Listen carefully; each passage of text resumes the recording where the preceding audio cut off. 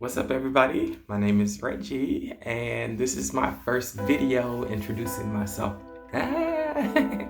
So I basically wanted to come to you and let you know that I have a new channel, which is going to be based on my art and just any advice or tips I can give, or any tips that you guys can give me, I'm all for.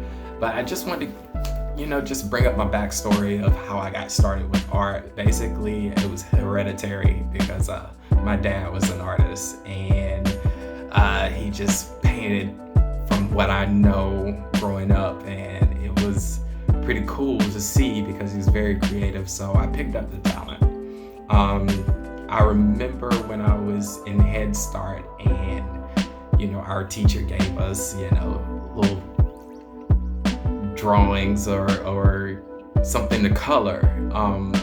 I didn't do what everybody else did. I had this picture of this bunny, which I took and I turned over, I traced the bunny. Next thing you know, I took like a blank piece of paper and I sketched the bunny out. And from then on, I just had a love for art. So I've been painting most of my life, if not all of my life. And it wasn't until I got into like my senior year of high school that I felt like I knew what I wanted to do, and I got into like oil on canvas, which is like my love. Like I do that most of the time. But now I paint pretty much like I'll do pen and ink sketches, and I'll switch back and forth.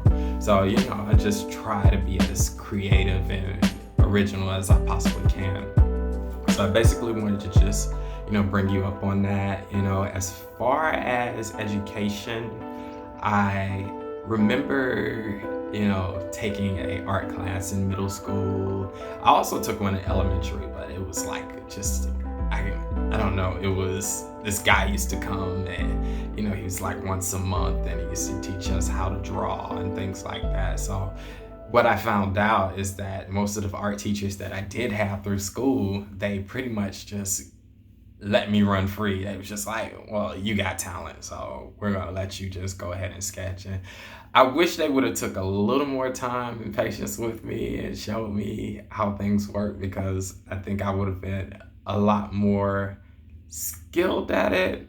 But as my dad told me, he was like, don't become domestic with your artwork. He was like, just try to keep it as natural as possible, and anything you learn along the way, so be it. So I try to do that with all my artwork, and not so much as make it what he calls domestic. And I've been doing pretty good with that. I did take up Art Institute. I did that online. It ran up student loans. My student loans are right now at $68,000. Student loans, it's like, wow. And I haven't even gotten my bachelor's degree yet in graphic design and media arts, and that's what I was trying to achieve. But it's like, student loans took over. I have a Pell Grant, and that's all I have left. So I just took a break from school. But I never take a break from art. I'm always doing something. So if I can motivate you guys and you can motivate me as well, I'm more than welcome for it. So yeah, that's basically what I wanted to talk about. Because there are times where I get in a funk and I can't paint as much as I want to.